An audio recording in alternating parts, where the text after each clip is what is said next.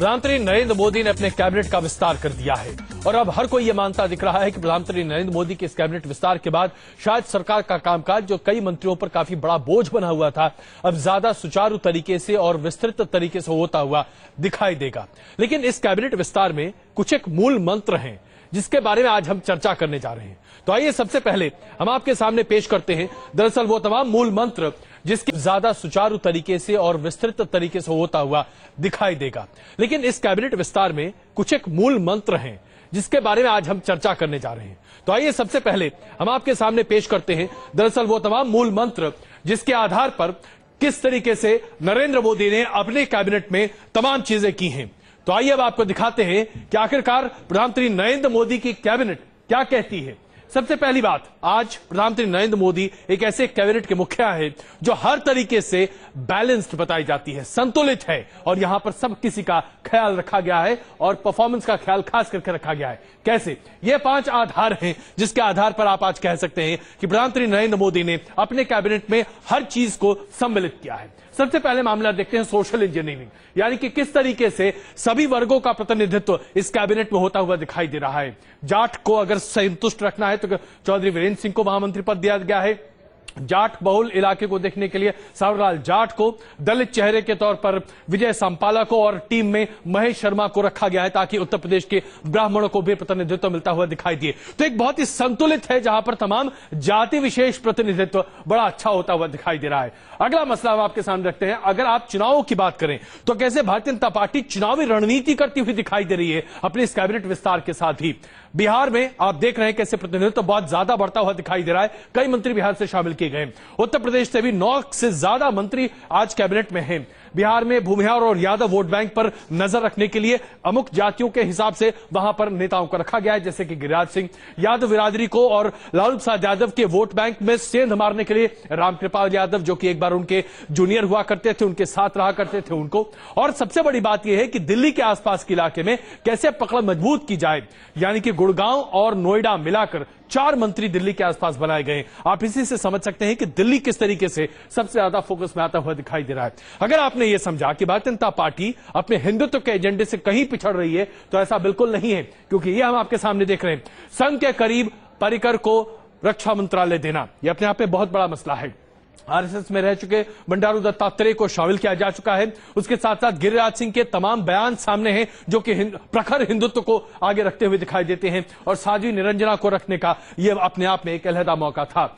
किस तरीके से भारतीय जनता पार्टी यह भी जतलाना चाहती है कि महाराष्ट्र और हरियाणा में अगर हम अपने दम पर सरकार बना सकते हैं तो अकाली दल को भी वो उसके जूते में फिट करने की कोशिश करते दिखाई दे सकते हैं। और पश्चिम बंगाल पर जबरदस्त तरीके से नजर है कि कैसे भारतीय जनता पार्टी वहां पर अपना अस्तित्व आगे बढ़ाए। और सबसे बड़ी बात यह है कि आप देखें कैसे मध्य वर्ग को आकर्षित करने के लिए उन तमाम प्रोफेशनल्स को आज कैबिनेट में जगह दी गई है जो आमतौर पर नहीं दिखाई देते थे। मनोहर पार्कर आईआईटी के ग्रेजुएट हैं। सुरेश प्रभु जाने माने एक तरह से रिसर्च किया हुआ है उन्होंने पूरे बिजली विभाग कर, खास करके पन बिजली योजना पर उनकी जबरदस्त पहुंच है। हार्वर्ड से एमबीए कर आए हुए जयंत सिन्हा, जो कि यशवंत सिन्हा के बेटे हैं, फाइनेंस में जबरदस्त पकड़ है इनकी, कई कमेटियों में शामिल रहे हैं। राज्यवर्धन राठौर ओलंपिक में रह चुके हैं, उसके साथ साथ ओलंपिक जीत चुके हैं, उसके साथ साथ आर्मी में काम कर चुके हैं, और राजीव प्रताप रूटी एक कमर्शियल पायलट हैं। तो इस तरीके से आप देख रहे हैं कैसे मोदी कैबिनेट का जादू लगातार नरेंद्र मोदी के ऊपर छाता हुआ है और दरअसल बहुत ही बैलेंस्ड तरीके से इसे अंजाम दिया गया है। आइए इसके साथ साथ अगली रिपोर्ट आपके सामने पेश करते हैं कि विस्तार करते समय आखिरकार प्रधानमंत्री नरेंद्र मोदी और उनके तमाम सलाहकारों ने कैसे छोटी सी छोटी बारीक चीजों पर भी ध्यान दिया है। देखिए रिपोर्ट। प्रधानमंत्री नरेंद्र मोदी ने रविवार को अपने 5 महीने पुराने मंत्रिमंडल का पहला विस्तार किया। पीएम ने इस विस्तार में 4 कैबिनेट मंत्रियों समेत 21 नए मंत्री शामिल किए। मंत्रिमंडल विस्तार के बाद उभरी तस्वीर में मैक्सिमम गवर्नेंस और मिनिमम गवर्नमेंट वाला नारा कहीं गुम होता नजर आया और हावी होती नजर आई खालिद सियासत। अब मोदी के सिपहसालारों की तादाद 44 से 65 हो चुकी है। कैबिनेट में आईआईटीएन से लेकर ओलंपियन और साध्वी से लेकर मजदूर नेता तक शामिल हैं। कैबिनेट विस्तार में उन राज्यों को खास तरजीह दी गई है जहां साल 2 साल में विधानसभा चुनाव होने वाले हैं। यूपी से 4 नए मंत्रियों को शामिल कर सूबे में नए सियासी समीकरणों की पहल की गई है। महेश शर्मा को ब्राह्मण चेहरे के तौर पर जगह दी गई है। मैं डॉक्टर महेश शर्मा, डॉक्टर राम शंकर कठेरिया। तो वहीं रामशंकर कठेरिया को दलित चेहरे के रूप में आगे किया गया है। फतेहपुर की सांसद साध्वी निरंजन ज्योति को शामिल कर अति पिछड़ी जातियों में पैठ बनाने की कोशिश की गई है। निर्वहन करूंगी। तो वहीं मुख्तार अब्बास नकवी के जरिए अकलियत के लोगों तक बेहतर पैगाम पहुंचाने की कोशिश हुई है। मैं मुख्तार अब्बास नकवी। बिहार में भी अगले साल चुनाव होने हैं, लिहाजा यहां भी महाराष्ट्र और हरियाणा की तरह अपने बूते पर सरकार बनाने की जमीन तैयार की जा रही है। भूमिहार पहले से ही बीजेपी के पाले में है, लिहाजा गिरिराज सिंह को मंत्री बनाकर भूमिहारों को उनकी वफादारी का तोहफा दिया गया है। वहीं कभी लालू के हनुमान रहे रामकृपाल यादव को मंत्री बनाकर पिछड़ों को रिझाने की कोशिश की गई है। तेज तर्रार नेता राजीव प्रताप रूडी को मंत्री बनाना राजपूतों को खुश करने की कवायद के तौर पर देखा जा रहा है। मोदी कैबिनेट में पहले से ही बिहार के 4 मंत्री हैं, अब इनकी तादाद 7 हो गई है। श्री बाबुल सुप्रिया। पश्चिम बंगाल से बीजेपी के पहले सांसद बाबुल सुप्रियो को मंत्री बनाकर राज्य में कमल खिलाने के मिशन में तेजी लाने की कोशिश की गई है। तो वहीं तेलंगाना से बंडारू दत्तात्रेय को शामिल कर बीजेपी नए नवेले सूबे में अपनी जड़ें जमाने में लगी है। ऐसा नहीं है कि सिर्फ चुनावी समीकरणों को साधने या क्षेत्रीय संतुलन बैठाने की कवायद की गई है। पीएम ने अपनी कैबिनेट में तजुर्बेदार लोगों को भी लिया है। 3 बार गोवा के सीएम रहे मनोहर पर्रिकर को मंत्री बनाकर उन्हें रक्षा मंत्रालय की अहम जिम्मेदारी दी गई है। मनोहर गोपाल कृष्ण प्रभु पर्रिकर। वहीं पेशे से चार्टर अकाउंटेंट रहे सुरेश प्रभु को रेल मंत्री बनाकर मोदी ने बेहतर काम करने वालों को तवज्जो दी है। मोदी मंत्रिमंडल से मिनिमम गवर्नेंस और मैक्सिमम गवर्नेंस का नारा गायब हो चुका है। मोदी कैबिनेट बीजेपी को आगे बढ़ाने और चुनावी संतुलन साधने की दिशा में आगे बढ़ती दिख रही है। मोदी कैबिनेट में सोशल इंजीनियरिंग के साथ साथ तजुर्बे को भी सम्मान दिया गया है। वीडियो जर्नलिस्ट कमल किशोर के साथ अमितेश सिंह, न्यूज नेशन, दिल्ली। तो आज सबसे बड़ा सवाल जो कि हमारे संवाददाता ने भी अभी आपके सामने रखा, सबसे कम लोग काम करते हुए मिनिमम गवर्नमेंट मैक्सिमम गवर्नेंस, यही नारा प्रधानमंत्री नरेंद्र मोदी देते रहे थे सरकार बनाने से पहले और सरकार बनाने के बाद भी। लेकिन 5 महीने बाद अब बिल्कुल एक अलग दिशा में कैबिनेट उनका दिखाई दे रहा है। ये जरा चर्चा शुरू करते हैं। भारतीय जनता पार्टी से अर्जुन राम मेघवाल इस वक्त हमारे साथ मौजूद हैं, कांग्रेस से प्रेमचंद मिश्रा जी हमारे साथ मौजूद हैं, आम आदमी पार्टी से संजय जी हमारे साथ मौजूद हैं और वरिष्ठ पत्रकार उर्मिलेश जी हमारे साथ मौजूद हैं। शुरुआत उर्मिलेश जी मैं आपसे करना चाहूंगा, क्या ये नारा मिनिमम गवर्नमेंट मैक्सिमम गवर्नेंस आज पीछे हटता दिखाई दे रहा है, या आपको लगता है कि नहीं एक ऐसा कैबिनेट है जिसके जरिए देश का रिप्रेजेंटेशन होता दिख रहा है और ऐसे में नरेंद्र मोदी भारतीय जनता पार्टी के भविष्य को भी आगे और सुनिश्चित करना चाहते हैं और सरकार भी अच्छे तरीके से चलाना चाहते हैं? अजय जी, बहुत संक्षेप में अगर मैं कहूं आपके पहले सवाल पर, तो देखिए मिनिमम गवर्नमेंट और मैक्सिमम गवर्नेंस का जो स्लोगन है, ये बुनियादी तौर पे मंत्रिपरिषद या जो रूल करने वाली गवर्न करने वाली टीम है उसकी लंबाई चौड़ाई को लेकर नहीं है, बल्कि गवर्नेंस के काम के फैलाव को लेकर है। ये एडम स्मिथ के जमाने से एक पूंजीवादी स्लोगन है जिसका मतलब ये होता है कि सरकार जो चला रही जो चलाने वाले लोग हैं वो इतना काम करें कि वो केवल अपना कौशल नियोजन में दिखाएं, गवर्नेंस की गाइडलाइन में दिखाएं और सारे अन्य काम प्राइवेट सेक्टर को दे दें। तो ये जो स्लोगन है, इसका जो दार्शनिक पक्ष है वो ये है जो मैं आपको बता रहा हूं। दूसरा, जो ये सरकार है उसमें ये 82 तक बना सकते थे मंत्री, तो मैं कहता हूं 65 बनाए चाहे 75 बनाए, इससे कोई फर्क नहीं पड़ता है। सवाल इस बात का है कि क्या वो कारगर मंत्रिमंडल है, क्या वो टीम कारगर है, क्या वो देश को रिप्रेजेंट करती है, क्या वो सभी वर्गों समुदायों को रिप्रेजेंट करती है, ये सवाल ज्यादा महत्वपूर्ण है। चलिए तो आप शुरुआत करते हैं। प्रेमचंद जी, कांग्रेस लगातार आरोप लगा रही है कि यह कैबिनेट विस्तार दरअसल एक तरह से देखा जाए तो सिर्फ चुनावों के मद्देनजर है, भारतीय जनता पार्टी को आगे बढ़ाने के मद्देनजर है और मंत्रियों पर भी आक्षेप लगते हैं। आप लोग दिखाई दे रहे हैं, भाई आप भी तो कैबिनेट विस्तार करते थे, आपके कैबिनेट में भी 60 मंत्री तो होते ही थे, फिर इसमें क्या गलत?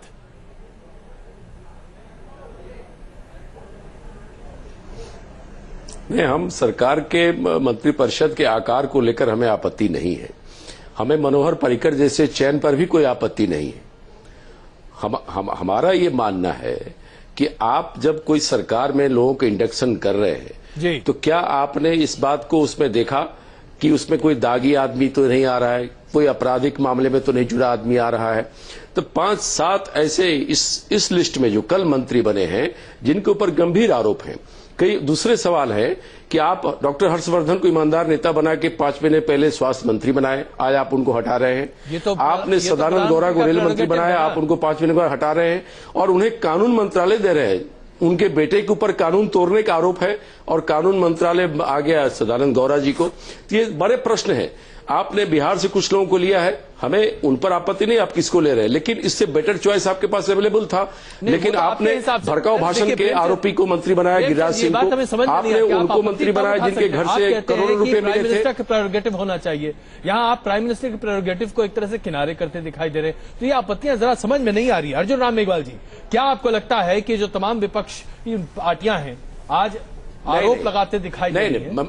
एक सेकंड अजय जी, मुझे पूरा करने दीजिए जी। एक सेकंड मुझे दीजिए। मैं आपत्ति इस पर नहीं कर रहा हूं कि उन्होंने क्यों बनाया, उनका अधिकार है, लेकिन आप एक अच्छी परंपरा भी दिखा सकते थे। चलिए अर्जुन राम मेघवाल जी। देखिए अजय जी, ये जो मंत्रिमंडल विस्तार जो मोदी जी ने 9 तारीख को किया जी, ये सभी वर्गों को प्रतिनिधित्व देने, सभी सेक्टर में जो स्पेशलाइज्ड लोग हैं उनको कैबिनेट में लेकर के कम समय में ज्यादा काम करने की एक दिशा की ओर उठने वाला कदम है। इसको आप इस तरह से भी देख सकते थे, जैसा भी कहा कि 82 मेंबर्स हो सकते थे मंत्रिपरिषद में जी, तो अभी वैसे भी 66 के आसपास हैं, तो वो जो कह रहे हैं कि भाई ये बहुत ज्यादा विस्तार कर दिया, ऐसी स्थिति में नहीं है। और जैसे अभी कहा कि आकार को लेकर के कोई प्रॉब्लम भी नहीं है, एडम स्मिथ का इन्होंने हवाला भी दिया। मेरा इसमें ये कहना है जी कि प्रधानमंत्री को विशेषाधिकार है संसदीय लोकतंत्र में मंत्रिमंडल बनाने का जी। उसमें अगर इनको लगता है, कांग्रेस के हमारे साथियों को, कि इसमें संविधान के अनुरूप नहीं हुआ या संविधान में या जो परंपराएं रही है अभी तक कांग्रेस मंत्रिमंडल का विस्तार करती रही है जी, जी, जी, उसके अनुरूप रहा, तो वो ऑथेंटिक तरीके से अपनी बात कहें।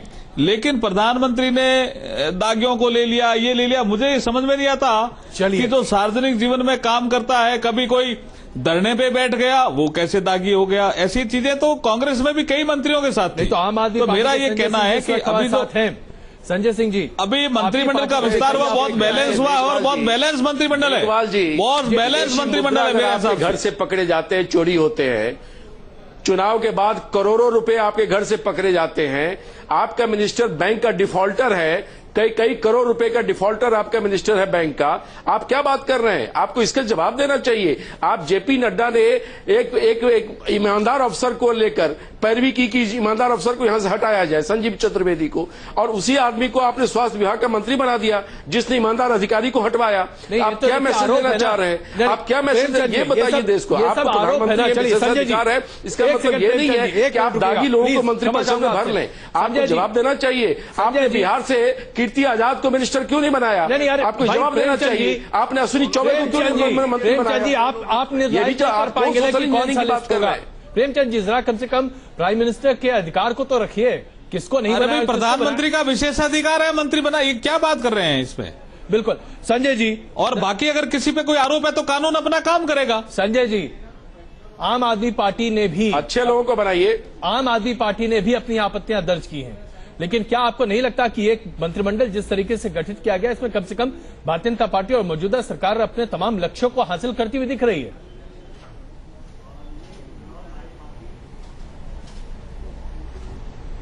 नहीं, मुझे लगता है कि प्रधानमंत्री का विशेषाधिकार है, उनका निजी अधिकार है कि वो किसको मंत्रिमंडल में रखते हैं, नहीं रखते हैं। इसी तरह से किसी मुख्यमंत्री का अधिकार है कि वो किसको मंत्री बनाता है, नहीं बनाता है।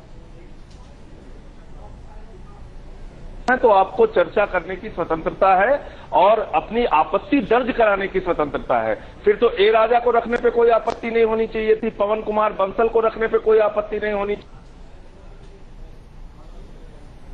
ऐसा लग रहा है कि तकनीक की कुछ दिक्कत है जिसकी वजह से संजय जी तक हम अपनी बात नहीं पहुंचा पा रहे हैं और शायद हम वहां तक नहीं पहुंच पा रहे, उसको तुरंत ठीक करने की कोशिश करते हैं। इस बीच जरा रुक रहे हैं कुछ देर के लिए, तुरंत वापस आते हैं। क्या ये कैबिनेट अपने आप में कम से कम भारतीय जनता पार्टी के लिए एक बेहतरीन कैबिनेट नहीं है? इसी पर हम चर्चा कर रहे हैं, बन रही है हमारे साथ।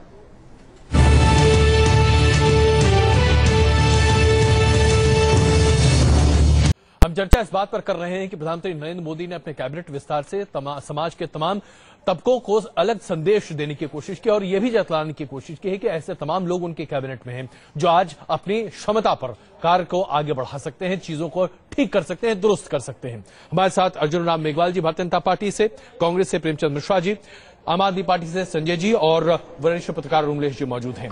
संजय जी, आप अपनी बात पूरी नहीं रख पा रहे थे, तकनीकी दिक्कत थी, लेकिन मोदी कैबिनेट में जिस तरीके से विस्तार किया गया है, क्या आपको नहीं लगता, जो कि तमाम विश्लेषकों का आकलन है, कि लगभग हर चीज को ध्यान में रखा गया है और कुछ ऐसे लोग भी हैं जो कि सिर्फ अपनी काबिलियत के दम पर मंत्री बनने में योग्य माने जा सकते हैं?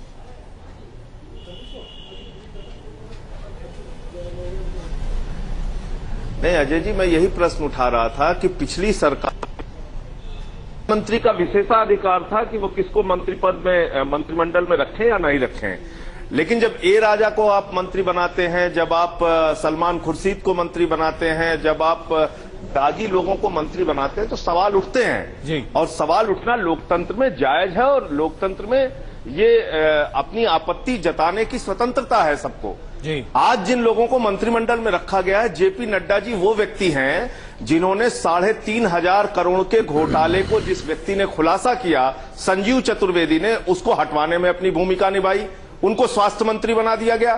तो क्या एम्स के अंदर जो हजारों करोड़ों का घोटाला हुआ था उसमें न्याय मिल पाएगा? क्या उसमें कार्रवाई हो पाएगी? क्या ऐसे व्यक्ति लेकिन ये मामला तो संजय जी अदालत में है ना। गिरिराज सिंह जी वो व्यक्ति हैं जो भड़काऊ भाषण देने के मामले में जाने जाते हैं, हिंदुस्तान के लोगों को पाकिस्तान भेज रहे थे, उनके घर से 1 करोड़ रुपए बरामद हुआ तो बोले भाई का पैसा है। अब ये मुंबई वाले भाई का है कि पटना वाले भाई का है, किस भाई का पैसा है? कहां से इतनी संपत्ति आपके पास आई? ऐसे व्यक्ति को आपने मंत्री बना दिया।